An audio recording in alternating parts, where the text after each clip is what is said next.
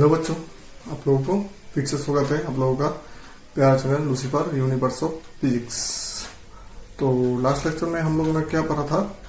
हम लोगों ने पढ़ा था कि मैग्नेट क्या है, आर्टिफिशियल मैग्नेट, फिर नेचुरल मैग्नेट, मैग्नेटिज्म क्या चीज होती है, corkscrew rule, Ampere swinging law, right hand thumb rule, etcetera etcetera हम लोगों ने देखा था, जो क्लास 10 या मतलब नीचे क्लास का था। तो आज हम लोग थोड़ा 12 के बाद कर लेते हैं।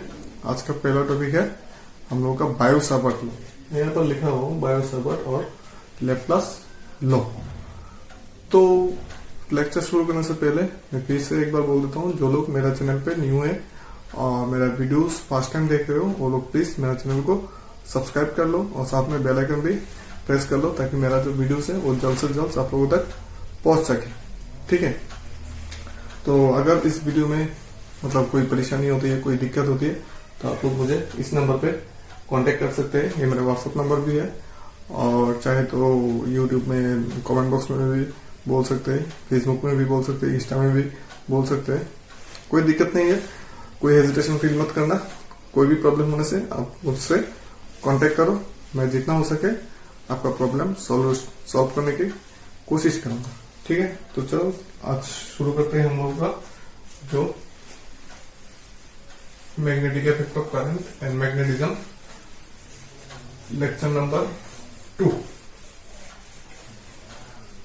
और इस चैप्टर में मेन है हम लोगों का बायो-सावर्ट और लैप्लास लॉ। ठीक है, बायो-सावर्ट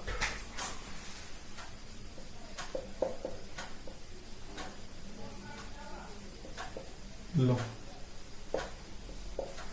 तो बायो-सावर्ट और लैप्लास लॉ जो था हम लोगों का, यहाँ पर एक टीवी दे सकते हो तुम लोग, वो एक्चुअली क्या है, जो हम लोगों ने जो फर्स्ट लेक्चर में बोला था कि मैग्नेटिक फील्ड का डायरेक्शन हम लोग कैसे निकाल सकते हैं, कॉर्स्क्रू रूल से या फिर राइट हैंड थंब रूल से, एम्पियर स्विंगिंग लॉ से, वगैरह वगैरह। लेकिन वो सब रूल से हम लोग सिर्फ डायरेक्शन निकाल सकते थे। मान लो इस वायर पे, इस डायरेक्शन पे करंट फ्लो कर रहा है, तो मैग्नेटिक फील्ड कौन सा वाला डायरेक्शन पे होगा, इसका आसपास के डायरेक्शन पे। यहाँ पर हम लोग एम्पियर स्विंगिंग लॉ भी लगा सकते हैं, राइट हैंड थंब रूल भी लगा सकते हैं, फिर कॉर्स्क्रू रूल भी लगा सकते हैं। लेकिन वो सब रूल सिर्फ इसका डायरेक्शन निकालने के लिए काम आएगा। हम वो सब रूल यूज करके इसका जो है मैग्नेटिक फील्ड का मैग्नीट्यूड नहीं निकाल सकते। तो उसके लिए बायो-सावर्ट लॉ हम लोगों को बहुत हेल्पफुल होगा, बहुत हेल्प करेगा, क्योंकि हम बायो-सावर्ट लॉ यूज करके उसका मैग्नीट्यूड निकाल सकते हैं। ठीक है, तो बायो-सावर्ट लॉ एक्चुअली क्या है, मान लो ये एक वायर है, तो ये वायर का जो है बहुत छोटा वाला एक पार्ट ले लेते हमने, डीएल, इतना छोटा वाला पार्ट। तो इस वायर में से करंट पास कर रहा है हम लोगों का आई। ठीक है, तो यहां से हम लोगों को यहां पर निकलना है, ये मान लो पी पॉइंट है, मैग्नेटिक फील्ड। क्या कहा, ये एक वायर है, वायर में छोटा सा एक लेंथ ले लो डीएल, मतलब इस वायर के वजह से ये पी में कितना मैग्नेटिक फील्ड होता है वही हम लोगों को निकालना पड़ेगा। तो इसके लिए मैंने क्या है, ये जो पूरा लेंथ है, अगर length of the wire is length of wire मान लेते हैं कि एल, तो हम लोगों ने क्या किया है, ये पूरा वायर एल लेंथ का है, यहाँ पर छोटा एक टुकड़ा लिया है डीएल। तो डीएल के वजह से हम लोगों को यहाँ पर निकालना है। तो डीएल के वजह से यहाँ पर जो मैग्नेटिक फील्ड होगा वो क्या होगा, बायो-सावर्ट ने क्या बोला है, एक नंबर मैग्नेटिक फील्ड हम लोग क्या चीज से डिनोट करते हैं, बी। ठीक है, बी से हम लोग मैग्नेटिक फील्ड को डिनोट करते हैं। लेकिन बी के वजह से, मतलब यहाँ पर तो एल के वजह से बी आएगा, तो हम लोगों ने छोटा वाला लेंथ लिया है डीएल, तो उसके लिए हम लोगों को आएगा डीबी। तो बायो-सावर्ट ने बोला है कि डीएल के वजह से जो हम लोगों का मैग्नेटिक फील्ड होगा मतलब डीबी होगा, वो होगा उसका लेंथ का proportional, means dB proportional to dl, एक लॉ हो गया। ठीक है, दूसरा बोला है उसने जो डीएल जिस डायरेक्शन पे है, मान लो कि इस डायरेक्शन पे है, और डीएल और पी का जो लेंथ है वो, अगर हम लोगों ने डीएल और पी मतलब ओ और पी अगर कनेक्ट किया और इनमें से बीच का एंगल थीटा होता है, तो क्या होगा, dB proportional to sine theta. फिर से बोल देता हूं, डीएल जिस डायरेक्शन पे है उस डायरेक्शन के साथ जो पी पॉइंट है वो अगर थीटा एंगल करता है तो डीबी जो है वो साइन थीटा के प्रोपोर्शनल होगा।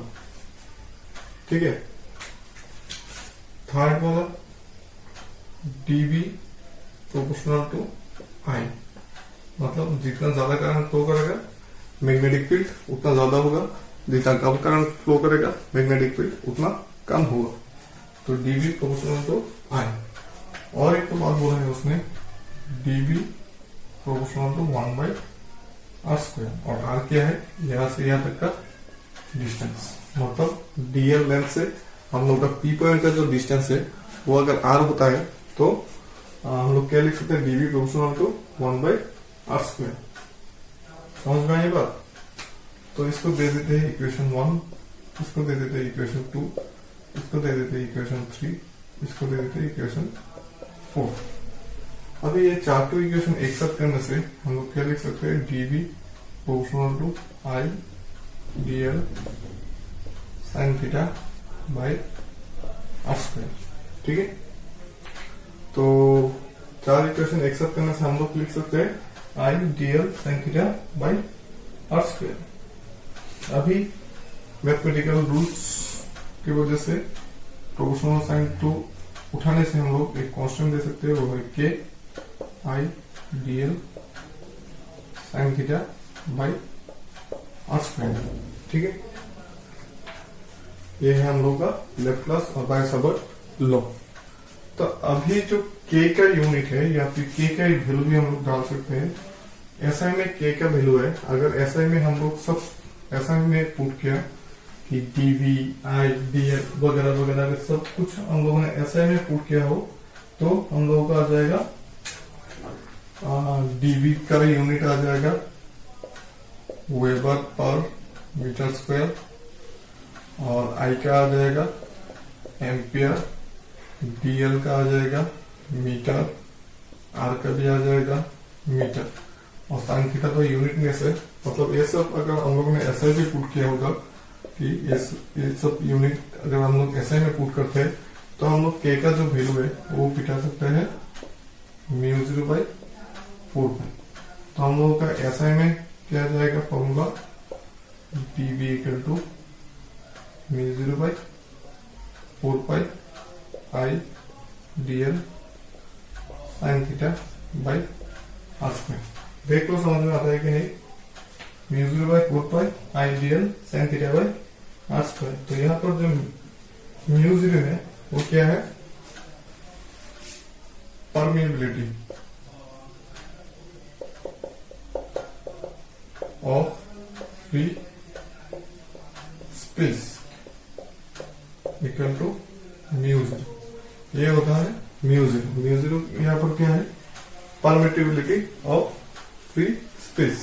ठीक है, तो समझ में आ गया बायोसावर्ट लॉ। बायोसावर्ट ने क्या कहा है, जो यहां से अगर एक लंबा वाला वायर हम लोगों ने पकड़ लिया जिसका लेंथ है एल, उस टोटल लेंथ का एक छोटा वाला पार्ट हम लोगों ने देख लिया कि मान लो डीएल है, तो डीएल जिस डायरेक्शन पे है उस डायरेक्शन के हिसाब से हम लोग जहां पर डीवी निकलना है, मतलब मैग्नेटिक फील्ड निकलना है, वो मान लेते हैं कि उसका एंगल थीटा है।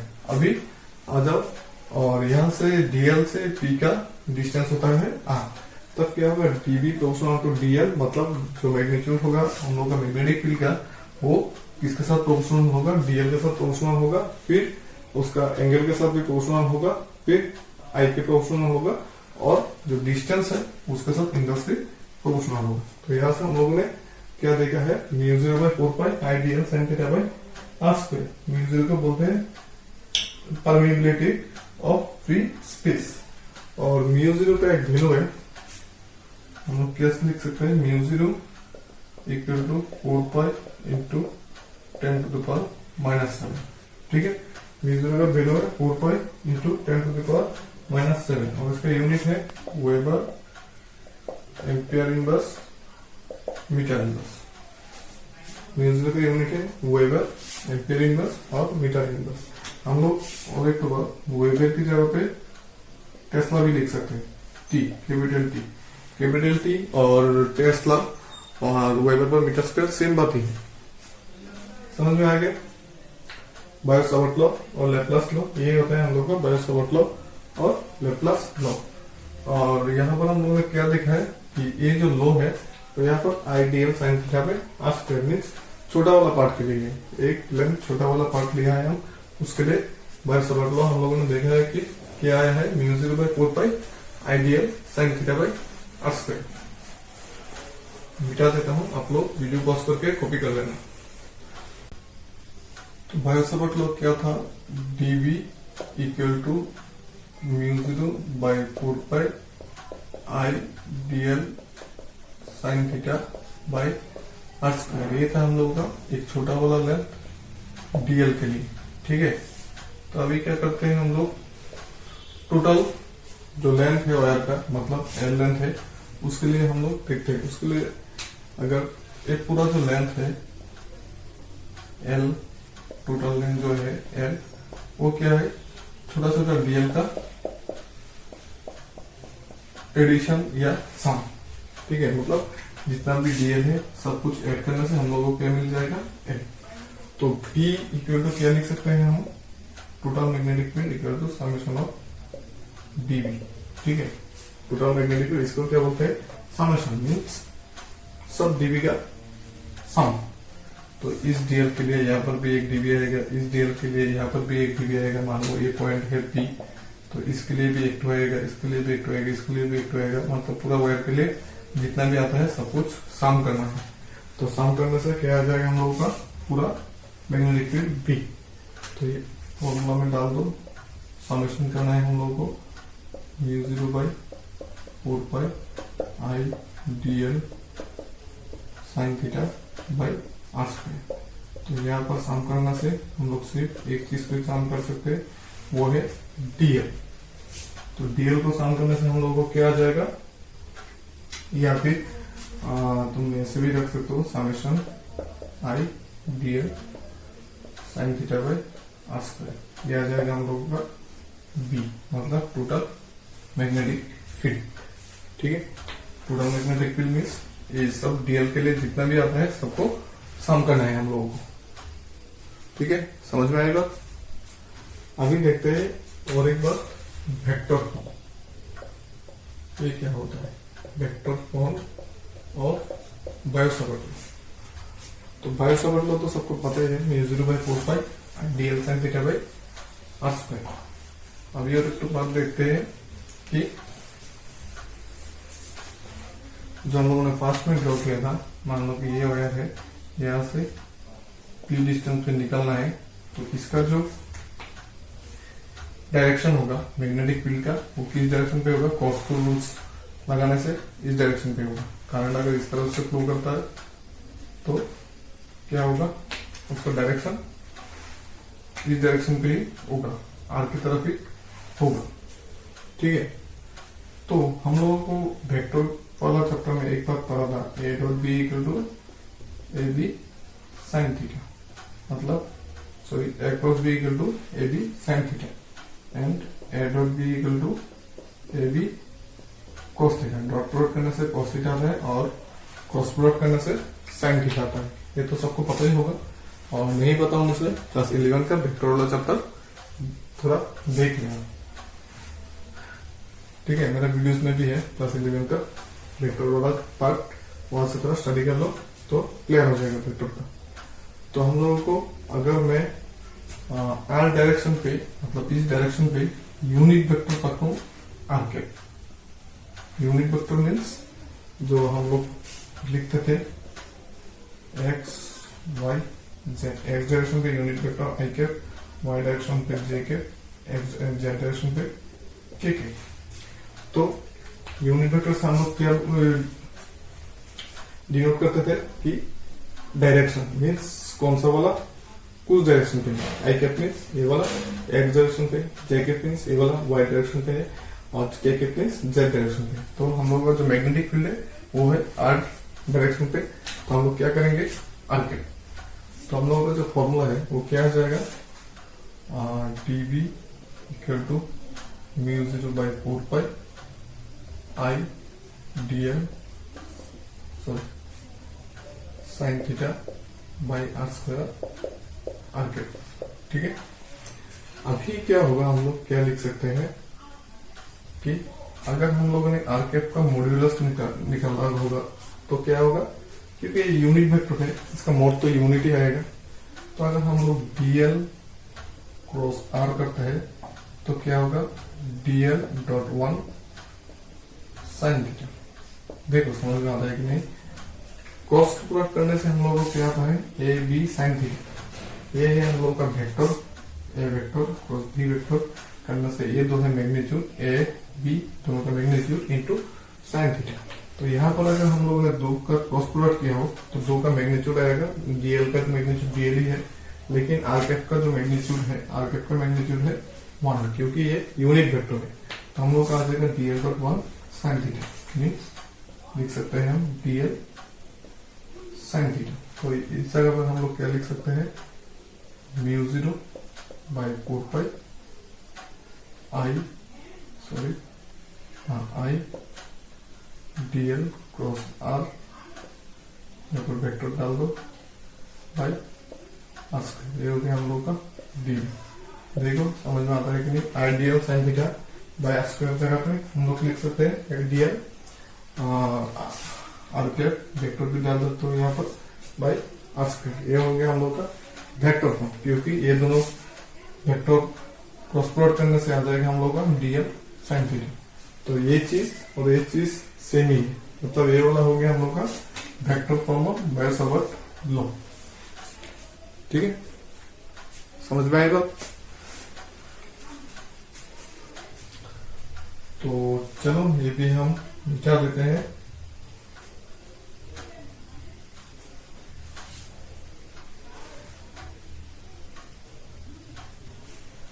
हाँ, यहाँ पर और एक तो बात लिखना जरूरी है। यहाँ पर तो मैंने डीएल साइन थीटा की जगह पर डीएल क्रॉस आर लिखा है, अच्छा बात है, लेकिन जो आर कैप है वो रहेगा नहीं। तो यहाँ पर आर कैप की जगह पर हम लोग और एक तो चीज लिख सकते हैं, जैसे कि पता है हम लोग को r vector equal to r dot r cap. तो आर कैप क्या हो जाएगा हम लोग का आर वेक्टर बाई आर। तो इसको थोड़ा चेंज करके लिखने से हम लोग क्या, ए वाला फॉर्मूला है वेक्टर चैप्टर का, तो यहाँ पर हम लोग क्या लिख सकते हैं, इसको थोड़ा मॉडिफाई करने से इतना तक भी सही है, लेकिन इसको थोड़ा और एक स्टेप आगे ले जाने से क्या होगा, आई डीएल क्रॉस आर, और नीचे में आ जाएगा हम लोगों का बाई आर, ऊपर में आ जाएगा आर के, तो आर स्क्वायर। तो इसको हम लोग लिख सकते हैं mu 0/4 I DL cross r, दोनों वेक्टर आ जाएगा, फिर आर क्यूब यहाँ पर रह जाएगा, और आर कैप तो हम लोगों ने लिख लिया है, तो यहाँ पर आ जाएगा I DL cross R by R cube. देखो समझ में आता है कि नहीं। यहाँ पर ज्यादा कुछ नहीं करना है, सिर्फ ये तो हम लोगों का क्या है, सिर्फ इसको आर कैप की जगह पर वो लिखते हैं आर वेक्टर बाय आर। ठीक है, इतना ही मिटा देते हैं। ये वेक्टर फॉर्म भी ज्यादा इंपॉर्टेंट नहीं होता, वो वाला पार्ट ही इंपॉर्टेंट है, ideal sine theta by r square. ठीक है, अभी आते हैं जो मैग्नेटिक इंटेंसिटी और magnetic field. Magnetic intensity and magnetic field. ये क्या है? हम लोगों ने जो फॉर्मूला डिराइव किया था dB equal to μ0 by 4 pi I dl sine theta by are square. यहां पर μ0 क्या है? परमिटिविलिटी। ठीक है, तो परमिटिविलिटी मीन्स मान लो कि μ0 मीन्स स्पेस या एयर मीडियम पे परमिएबिलिटी। और अगर हम लोग इसको म्यू यूज करते हैं, मतलब कुछ दूसरा मीडियम लेते हैं, तो हम लोग यहाँ पर μ0 नहीं म्यू यूज करेंगे। अच्छा बात है। तो म्यू और μ0 इन दोनों में डिफरेंस क्या है? ये है स्पेस और एयर, और ये है एनी। स्पेस और एयर छोड़ के एनी। ठीक है, तो यहां पर इस इक्वेशन का हम थोड़ा चेंज करके क्या लिख सकते हैं? μ0 into 1 by 4 pi I dl sine theta by are square. देख लो, इसको हम चेंज करके ये लिख सकते हैं, μ0 को पहले लिख लिया, फिर 1 by 4 pi I dl sine theta by are square. ठीक है, अभी ये जो पार्ट है it is not medium dependent. ये मीडियम डिपेंडेंट नहीं है, it is not medium dependent. ये मीडियम के ऊपर डिपेंड नहीं करता, क्योंकि ये जो बात है μ0 वो सिर्फ मीडियम के ऊपर डिपेंड करता है, क्योंकि ये related permeability of free space. यहाँ पर दूसरा कोई स्पेस लेने से इसका वैल्यू चेंज हो जाएगा। अब मान लो हम लोगों ने क्या लिया है, कांच लिया है या आयरन लिया है, कुछ भी ले लो, तो इसका वैल्यू चेंज हो जाएगा। मतलब ये होने से मीडियम के ऊपर डिपेंड होगा। लेकिन बाकी जो चीज है, dl मतलब लेंथ, I मतलब करंट, R मतलब लेंथ, तो ये मीडियम डिपेंडेंट चीज नहीं है। तो इसलिए हम इसको क्या लिख सकते हैं? μ0 h लिख लो इसको। ठीक है, ये पूरा पार्ट को हम लोग क्या लिख सकते हैं? h। तो मीन्स हम लोग का आ जाएगा dB equal to mu dB equal to μ0 h। ये हम लोगों ने μ0 लिखा है यहाँ पर, मतलब हम लोगों ने फ्री स्पेस और एयर मीडियम में कंसीडर किया है। और म्यू लिखने से आ जाएगा हम लोग का एनी स्पेस। तो हम लोग ये भी लिख सकते हैं dB equal to mu h। तो म्यू आ जाएगा हम लोग का dB बाई h। मतलब म्यू क्या है? dB और h का रेशियो है। तो इसको क्या बोलते हैं? म्यू को परमेबिलिटी ऑफ मीडियम। म्यू को बोलते हैं परमेबिलिटी ऑफ मीडियम। ठीक है, तो अगर आप लोगों को बोले कि dB और h का रिलेशन निकालने, तो हम लोग आराम से ये दो स्टेप करने से dB और म्यू का रिलेशन आ जाएगा। तो यहाँ पर h जो होता है वही होता है magnetic field intensity.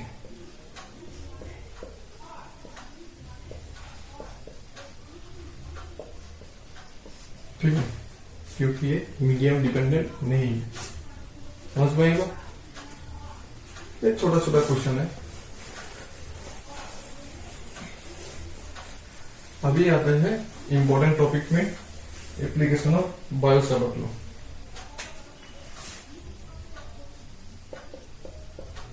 Application of Biot-Savart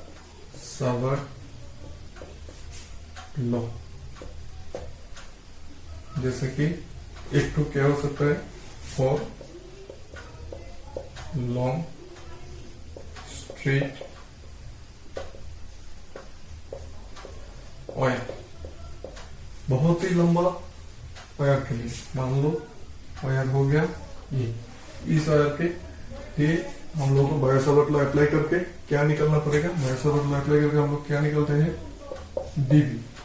मतलब लॉन्ग स्ट्रेट वायर के लिए हम लोगों को dB निकालना है, मतलब मैग्नेटिक फील्ड निकालना है। और कैसे? बायो-सावर्ट लॉ अप्लाई करके। तो मान लो कि जो ये जो वायर है, वायर से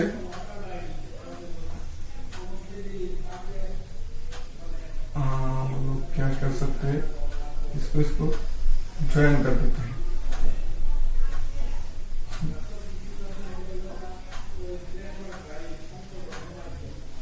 ठीक है, ये वाला एंगल को पकड़ते हैं हम थीटा वन, ये वाला को पकड़ते हैं थीटा टू। ये हो जाएगा माइनस थीटा का, क्योंकि ये नेगेटिव क्वाड्रेंट पे चला आया है। ठीक है,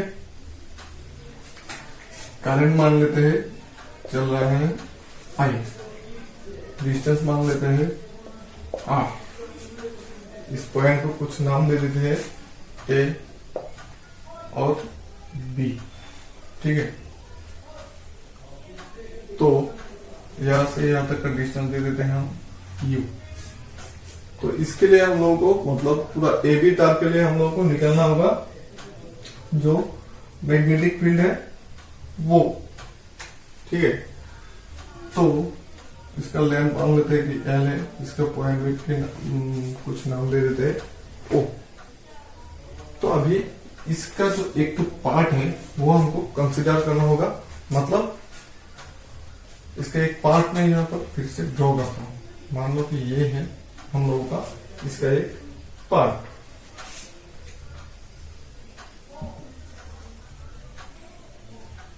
इसको मान ले थीटा, इसको मान ले अल्फा, इसको मान ले बीटा। ये हो जाएगा 90 डिग्री, ये हो जाएगा ओ। इसको दे देते हैं बी, ऊपर वाला को इसको दे देते हैं ए। करंट इस डायरेक्शन पे फ्लो कर रहे हैं, तो ए बी इस डायरेक्शन पे होगा, उसके हिसाब से दे देते हैं। तो ये हो जाएगा हम लोगों का आर, ये हो जाएगा हम लोगों का एल, ये हो जाएगा हम लोगों को पार लेते हैं यू। देखो समझ में आता है कि नहीं, यू और एक्स कुछ भी पकड़ सकते हैं, एक्स से मान लेते हैं। और यहाँ पर जो पॉइंट लिया है उस पॉइंट पे हम लोग पकड़ते हैं कि और जो डीएल लेंथ है। ठीक है, ये वाला पार्ट हम लोग इतना जरूरत नहीं है अभी, इस वाला पार्ट इंपॉर्टेंट है। मतलब ये जो पार्ट है, ये ऊपर का एक पार्ट हो गया, नीचे का एक पार्ट हो गया। हम लोग सिर्फ एवरेज एक एंगल पकड़ते हैं थीटा, फिर इसको इंटीग्रेट कर देंगे कहां से कहां तक, माइनस थीटा से प्लस थीटा वन तक। तो हम लोग का पूरा डीएल, मतलब पूरा वायर के लिए आ जाएगा। ये तो बहुत बड़ा वायर है, इसके लिए हम लोग छोटा छोटा करके मतलब कंसीडर नहीं कर सकते। तो इस वायर में कहीं पर भी हम मान लो यही से एक डीएल पार्ट पकड़ ले, तो इसको यहाँ पर ज्वाइन करने से देखो फिगर इसके जैसा आ जाएगा। ठीक है, तो हम लोगों ने इस वायर के कहीं पर भी एक डीएल लेंथ ले लिया, उस लेंथ के लिए हम लोगों को पी पॉइंट पे मेजर करना है क्या, डीबी। तो बायो-सावर्ट लॉ क्या था, dB equal to I mu 0 by 4 pi I DL sine theta by are square. ये था हम लोगों का बायो-सावर्ट लॉ। तो यहाँ पर हम लोग डीएल तो यहाँ पर पकड़ा है, तो यहाँ पर आर स्क्वायर नहीं होगा, यहाँ पर हो जाएगा हम लोगों का एल स्क्वायर। देखो समझ में आता है कि नहीं। ठीक है, अभी इस एंगल को अल्फा पकड़ा है, इस एंगल को बीटा। तो हम लोग क्या लिख सकते हैं, ये दोनों का सम करने से क्या होगा, straight line means alpha plus beta equal to 180 degree. ठीक है, और ये एंगल थीटा था फॉर्मूला का, लेकिन ये जो पी पॉइंट है इसने डीएल के साथ कितना एंगल किया है, अल्फा। तो यहाँ पर थीटा की जगह पर होगा अल्फा, इतना ही चेंज है। तो alpha plus beta equal to 180 minus alpha equal to 180 minus beta. तो यहाँ पर और एक टू क्या लिख सकते हैं, इस ट्रायंगल का ये 90 डिग्री, ये थीटा और ये beta, means theta plus beta plus 90 degree equal to 180 degree. ये तो हम इस फिगर से आराम से लिख सकते हैं। फिर हम लोग क्या करना होगा, theta plus beta equal to 90 degree and beta equal to 90 minus theta. तो यहाँ पर हम लोग बीटा का वैल्यू डाल देते हैं 180 माइनस 90 माइनस थीटा। तो अभी क्या आ जाएगा 180 माइनस 90 प्लस थीटा। तो यहाँ पर आ जाएगा 90 plus theta. Both side sine लेने से साइन अल्फा कर दो sine 90 plus theta, that means cos theta. ठीक है, क्योंकि sine 90 plus theta means cos theta. ये वाला डेरिवेशन करने के लिए आपका मैथ्स का नॉलेज रखना बहुत जरूरत है। जैसे कि इस ट्रायंगल का beta plus theta plus 90 equal to 180, क्योंकि ट्रायंगल का थ्री एंगल सम करने से 180 आता है। वो वाला चीज हम लोगों ने अप्लाई किया है। फिर sine 90 plus theta means cos theta, ये वाला बात भी हम लोगों ने देखा है। और यहां से हम लोग क्या निकाल सकते हैं, कॉस थीटा इक्वल टू क्या होगा, ये थीटा होने से cos theta equal to base by hypotenuse means r by l, sorry r by x। तो x equal to r by cos theta, x square equal to r square by cos square theta। तो हम लोगों का x square आ गया, sin alpha आ गया। अभी क्या निकालना होगा, dl निकालना होगा। तो dl मतलब tan थीटा से आ जाएगा साइड से, tan theta equal to perpendicular by base means L by R। तो L equal to R tan theta. तो इसको डेरिवेटिव करने से dl equal to R tan theta का sec square theta d theta. ठीक है, हम लोगों ने यहाँ पर साइन अल्फा का वैल्यू भी निकाल लिया, फिर x स्क्वायर का भी निकाल लिया, dl का भी निकाल लिया। अभी सारा वैल्यूज पुट कर दो तो हम लोगों को आ जाएगा हम लोगों का dv। कौन सा वाला सबको तो सब चाहिए चाहिए। मैं यहाँ पर थोड़ा लिख लेता हूँ, ये वाला सब कर देता हूँ। तो हम लोगों का जो dv है वो क्या आ जाएगा, mu 0 by 4 pi I. dl के जगह पे लिखेंगे r sec square theta d theta, r sec square theta d theta. और साइन अल्फा की जगह पे लिखेंगे cos theta, cos theta by x square की जगह पे क्या लिखेंगे, r square sec square theta, क्योंकि sec theta means 1 by cos theta. तो 1 by cos square theta means sec square theta. तो यहां पर हम लोग लिख सकते हैं r square sec square theta. ठीक है, देखो समझ में आता है कि नहीं, आना तो चाहिए समझ में। तो अभी ये sec स्क्वायर थीटा कैंसिल हो जाएगा और हम लोग को सिर्फ रह जाएगा mu 0 by 4 pi I by R cos theta d theta means dv। ठीक है, इतना बात तो समझ में आ गया।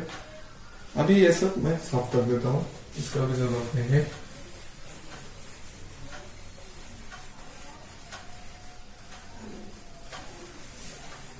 अच्छा, तो अभी b निकालने के लिए हम लोग को क्या करना पड़ेगा, इंटीग्रल और समेशन। तो ये तो स्ट्रेट लाइन है, ये हम इंटीग्रल करेंगे, integral mu 0 by 4 pi I by R cos theta d theta. कहां से कहां तक, माइनस थीटा 2 से प्लस थीटा 1 तक, minus theta 2 plus theta 1। Integral तो होगा म्यू 0 बाई 4 पाई, थीटा के रेस्पेक्ट से होगा तो बाकी सब तो कांस्टेंट है, तो बाहर आ जाएगा I by R integral minus theta 2 plus theta 1 cos theta d theta. Mu 0 by 4 pi, ये पर आ जाएगा I by R cos theta का साइन थीटा, और लिमिट बिठाना है माइनस थीटा 2 तक थीटा 1। देखो समझ में आता है कि नहीं, इतना तक। ठीक है, तो अभी लिमिट बिठा दो, upper limit minus lower limit. Upper limit क्या है, sine theta 1 minus lower limit means sine minus theta two. ये वाला भी थोड़ा सिंप्लीफाई कर लेते हैं stepwise. I by R sine theta one minus sine का यहाँ पर भी एक फॉर्मूला यूज करना पड़ेगा। Sine of minus theta equal to minus sine theta, मतलब सामने आ जाते हैं। तो यहाँ पर आ जाएगा हम लोग का minus sine theta two mu 0 by 4 pi I by R. तो आ जाएगा हम लोग को minus minus plus sine theta का।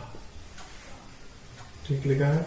हाँ ठीक ही लिखा है। ये वाला आ गया हम लोग का Biot Savart Laplace law use करके फॉर लॉन्ग स्ट्रेट वायर के लिए हम लोग का मैग्नेटिक फील्ड का derivation mu 0 by 4 pi I by R sine theta 1 by sine theta 2। ठीक है, अभी कुछ कंडीशन देख लेते हैं। मैं साफ कर देता हूँ तो बहुत हो गया।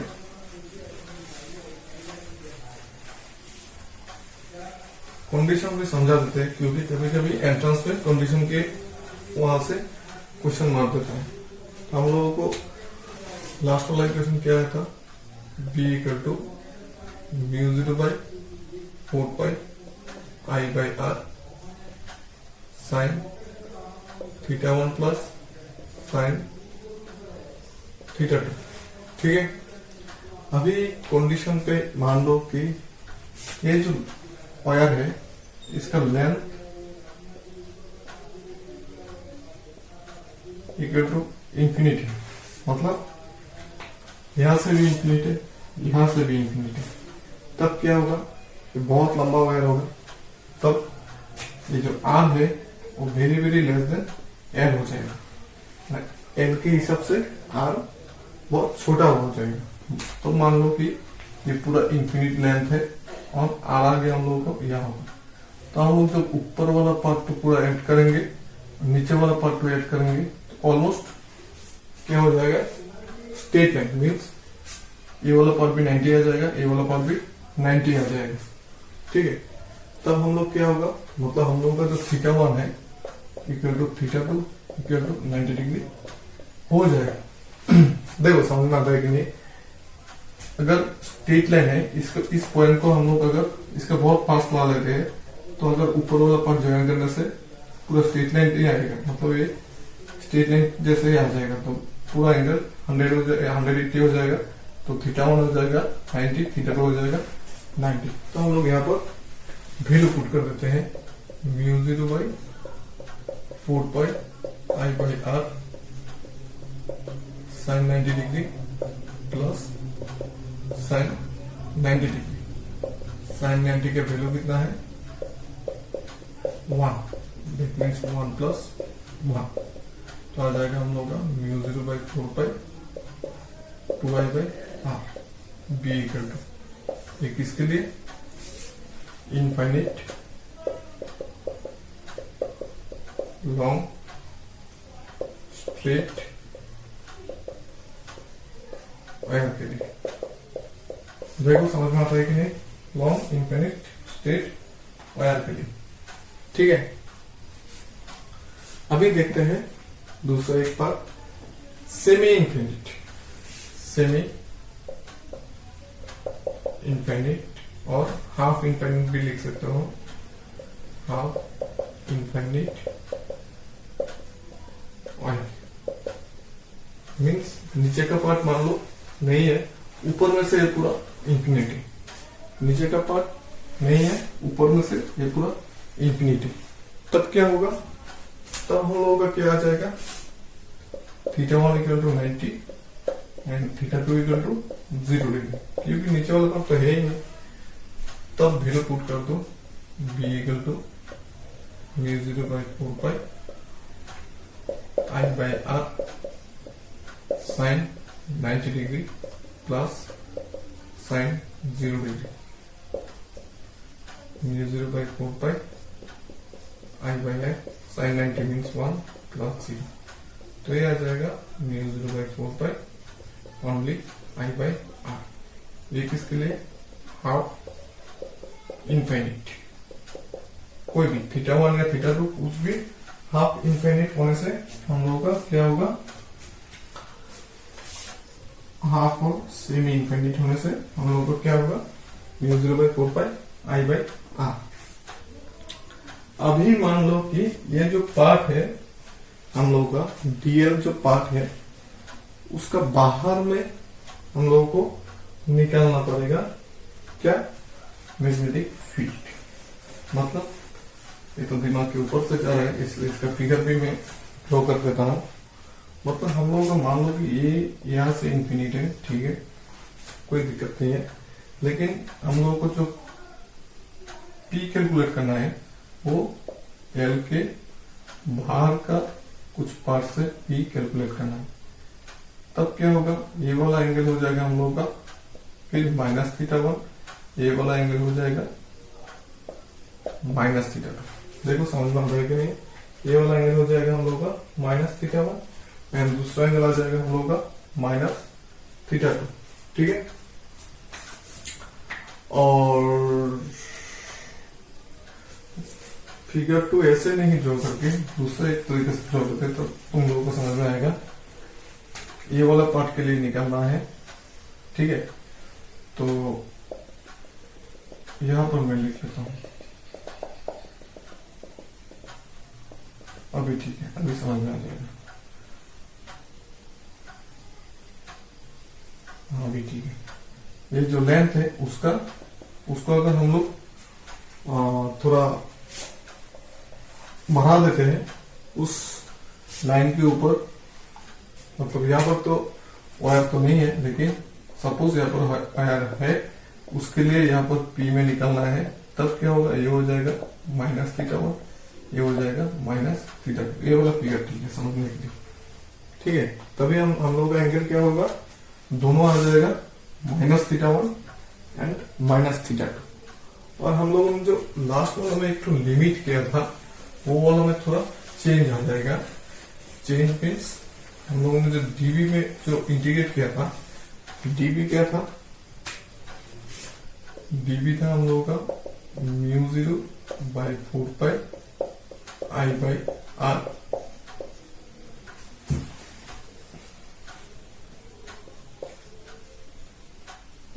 sin theta.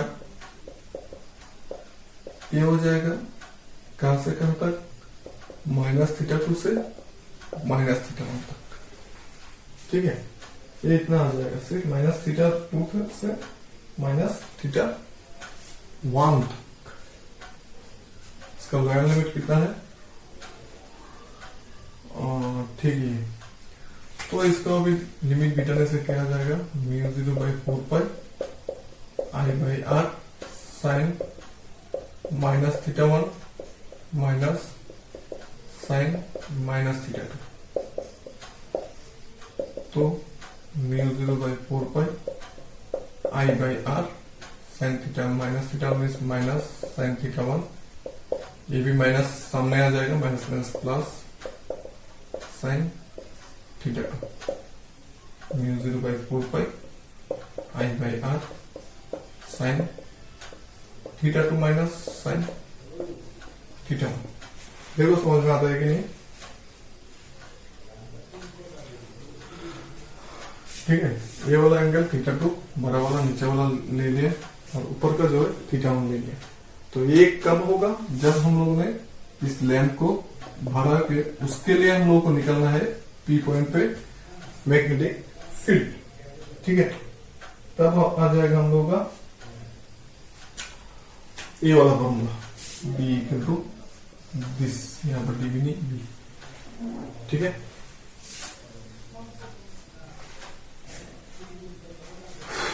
समझ में आई बात। अभी और एक तो एप्लीकेशन देख लेते हैं। ये वाला तो बहुत बहुत बहुत इंपॉर्टेंट है। अभी हम लोगों ने जो वाला किया है वो अभी देखते हैं सर्कुलर लूप। फिर से application of Biot Savart law for circular easy है। सर्कुलर लूप मान लो,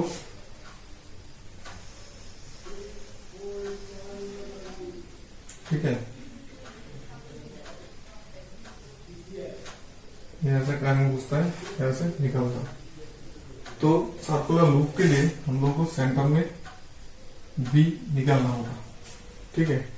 तो पहले जैसे करते हैं पूरा लेंथ, तो हम लोग का वायर क्या है, ये पूरा वायर ही है, ठीक है।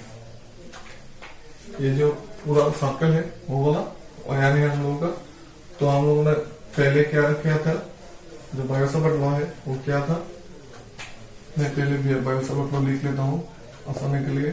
μ0/4π I dl sin theta by r square, ये हम लोग का बायो-सावर्ट लॉ। तो हम लोग का एक डीएल लेंथ चाहिए, तो हम लोग मान लेते हैं इसके ऊपर छोटा सा कुछ भी लेंथ डीएल, और इसको मान लेते हैं ओ से इसका लेंथ मान लेते हैं आर।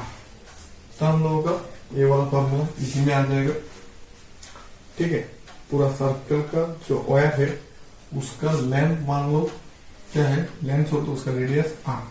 तो लेंथ क्या हो जाएगा, एल इक्वल टू 2π r, क्योंकि सर्कल का सर्कमफेरेंस का फॉर्मूला है 2π r, मतलब total length of wire equal to 2π। अभी बायो-सावर्ट लॉ अप्लाई करने के लिए हम लोगों को क्या चाहिए, डीएल चाहिए, आर चाहिए, आई भी चाहिए। तो इसके लिए हम लोगों ने मान लिया कि वायर में करंट है आई, आर मान लेते हैं सेंटर से इसका डिस्टेंस, डीएल मान लेते हैं पूरा वायर में से कोई भी एक छोटा बड़ा पार्ट, ठीक है। तो आगे हम लोगों का अभी क्या है, डीएल छोटा होने से क्या होगा, ये जो एंगल होगा डीएल और आर का बीच का 90 डिग्री हो जाएगा। डीएल छोटा होने से मतलब इतना छोटा होने से आप लोग अगर स्ट्रेट लाइन खींचते हैं तो ये वाला एंगल क्या हो जाएगा, 90 हो जाएगा।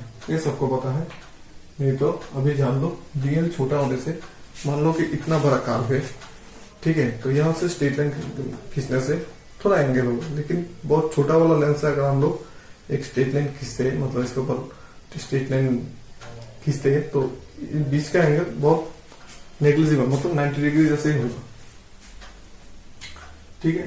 तो अभी साइन का थीटा का वैल्यू हम थीटा का वैल्यू 90 डिग्री पुट कर देते हैं, μ0/4π I dl sin 90/r²। तो यहाँ पर आ जाएगा μ0/4π I dl sin 90 means 1/r²। यहाँ पर आ जाएगा μ0/4π I dl/r²। डी आ गया साइन 90 होने से हम लोगों का ये। अभी क्या करना होगा, बी निकालना होगा, मतलब total magnetic field B equal to μ0/4π summation I dl/r²।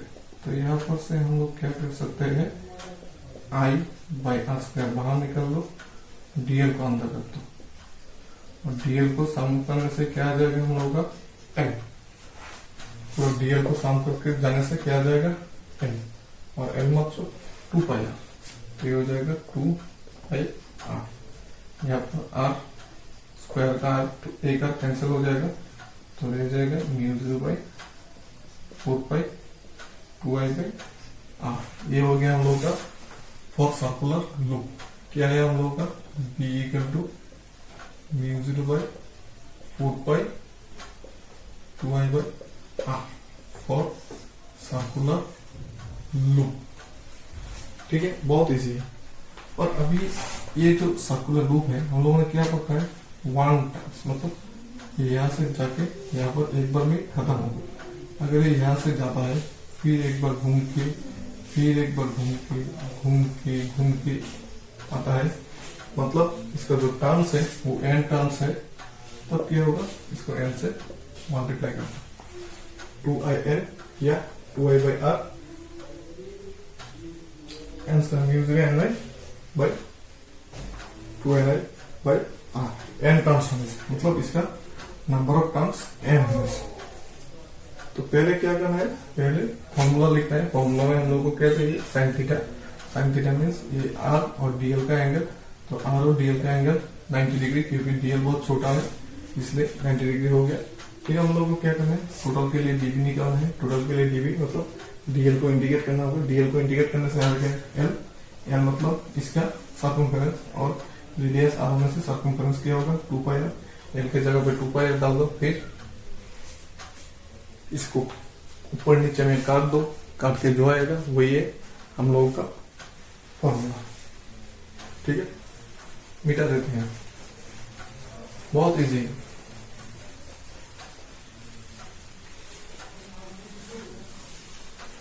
अभी जो देखेंगे ये थोड़ा सा टफ है, लेकिन मजा भी आएगा। Application of Biot Savart law. अभी जो पार्ट है वो क्या है, वो आएगा magnetic field on the axis of circular conductor. Magnetic field on the axis of circular conductor, मतलब सर्कुलर कंडक्टर के एक्सिस के ऊपर हम लोगों को मैग्नेटिक फील्ड जो है उस डिटरमाइन करना है। इसका फिगर जो है वो अच्छी तरह से समझो। डिराइवेशन हम लोग बाद में देखेंगे, क्योंकि फिगर अच्छी तरह से समझने से डिराइवेशन अपने आप आ जाएगा। सर्कुलर कंडक्टर हम लोग मान लेते हैं, ये एक हो गया सर्कुलर कंडक्टर। ठीक है, ये हो गया इसका एक्सिस, जो सेंटर से जाते हैं वही होता है एक्सिस। ठीक है, मतलब कैसे समझा आप लोगों को। ये हो गया हम लोगों का सर्कुलर कंडक्टर। ठीक है, तो मैं फिलहाल दिखा देता हूँ आप लोगों को। ये हो गया हम लोगों का सर्कुलर एक कंडक्टर, ये वाला हो गया सर्कल। यहाँ पर से एक्सिस को निकालना है, सेंटर से जो स्ट्रेट लाइन जाएगा वही होता है एक्सिस। सेंटर से जो स्ट्रेट लाइन जाता है, मतलब ये जो है इसका जैसा है, यहाँ से जो एक्सिस है इसका, सेंटर से जो स्ट्रेट लाइन लेते हैं हम वो एक्सिस है। तो यहाँ के ऊपर निकालना है magnetic field on the axis of the circular conductor, यहाँ पर निकालना है हम लोगों को। तो इस पॉइंट को हमेशा की तरह मान लेते हैं P, सेंटर को मान लेते हैं O। अच्छा, अभी सर्कुलर कंडक्टर तो ये है, तो इसका ऊपर मान लेते हैं एक छोटा वाला लेंथ DL। तो DL जहां से है उसको हम लोग को ज्वाइन करना ही है, कर लिया। अभी इसको भी ज्वाइन कर देते हैं। ठीक है, अभी देखो DL यहाँ पर है, और ये जो एंगल होगा ये हो जाएगा 90 डिग्री, क्योंकि ये एंगल होने से, इतना कार्ब होने से कुछ फर्क नहीं पड़ेगा। ऊपर से DL बहुत छोटा है, क्योंकि जो हम लोगों ने कंडक्टर लेते हैं, मतलब वायर का जो एरिया होता है, मतलब वायर का जो थिकनेस होता है बहुत कम होता है, इसलिए ये एकदम 90 डिग्री जैसा हो जाएगा।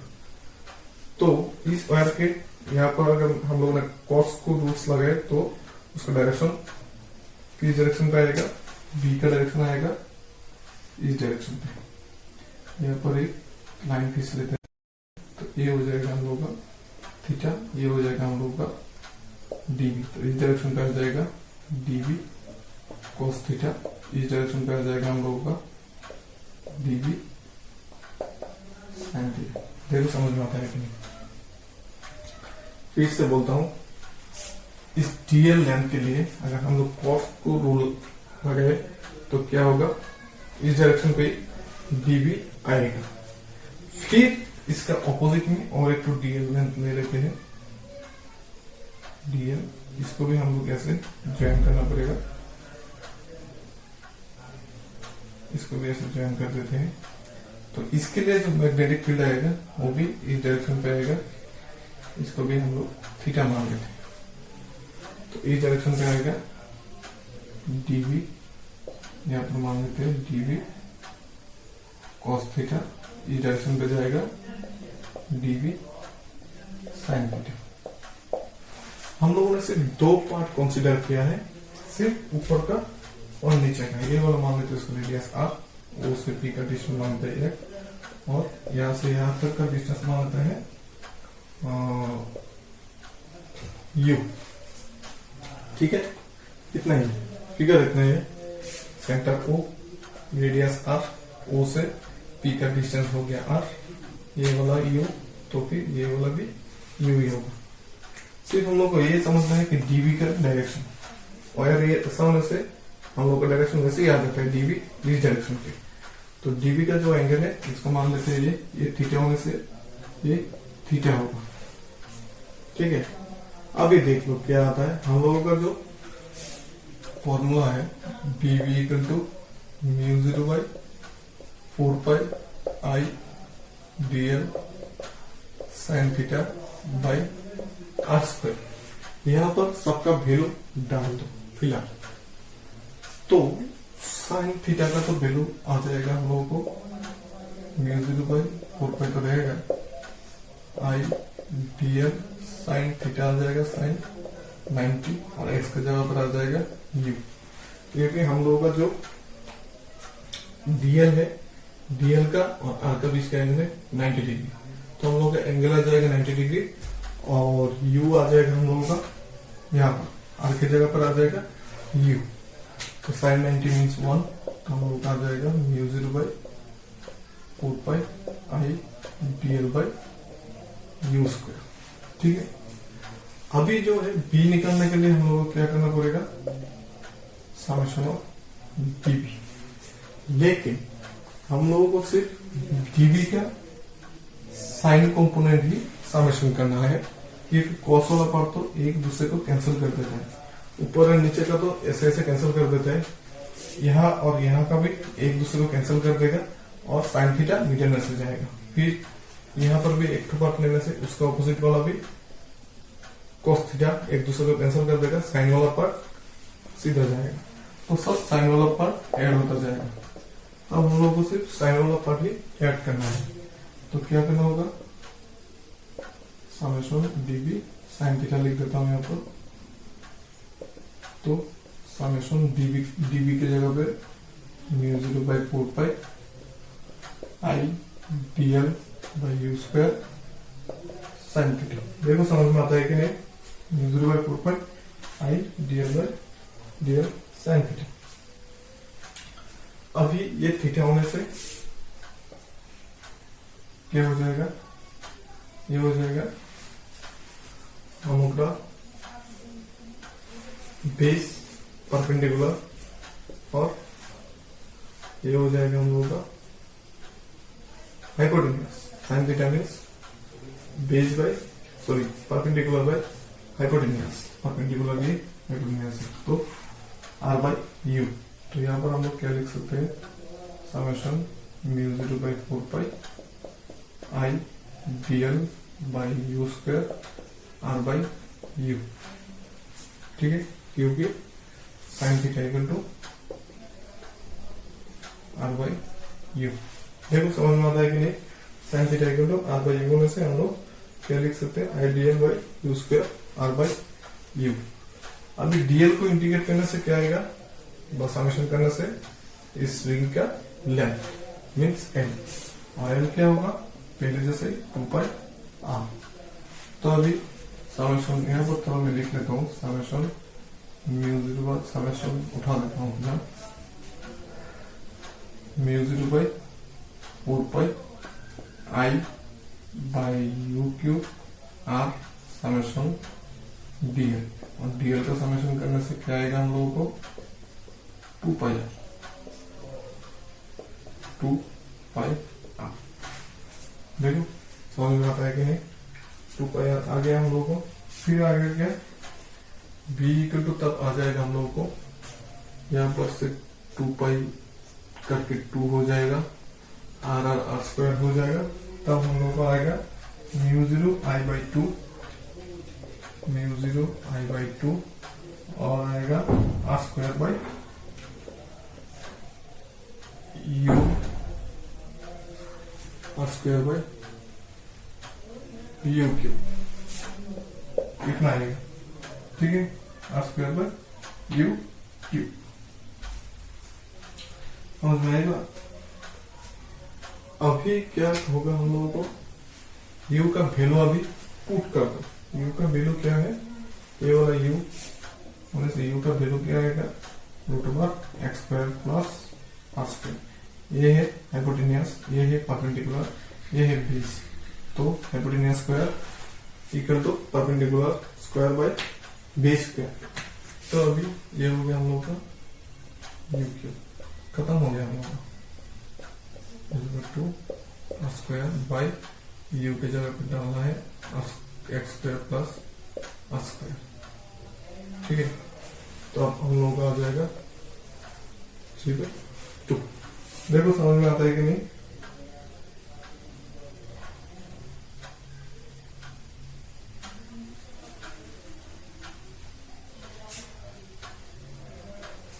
ठीक है, यहां से अगर तुम लोगों को समझ में नहीं आ रहा है कि क्यूब में से ये वाला पार्ट कैसे आ गया, यू क्यूब को हटाकर मैंने ये वाला कैसे लिख लिया है, तो इसको भी थोड़ा सिंप्लीफाई करके दिखाई देता हूँ। u क्या है, u है हम लोगों को √x² प्लस r²। ठीक है, अब स्क्वायर कर दो तो क्या आ जाएगा, u² equal to x² plus r², इसका स्क्वायर, स्क्वायर रूट कैंसिल आ जाएगा, x² प्लस r², आगे हम लोग का u²। तो u equal to x² r² उसका हाफ। अभी क्यूब करने से इसको भी क्यूब करना होगा, तो आ जाएगा u³ equal to x² plus r² 3/2। ठीक है, देखो समझ में आता है कि नहीं, बहुत इजी है।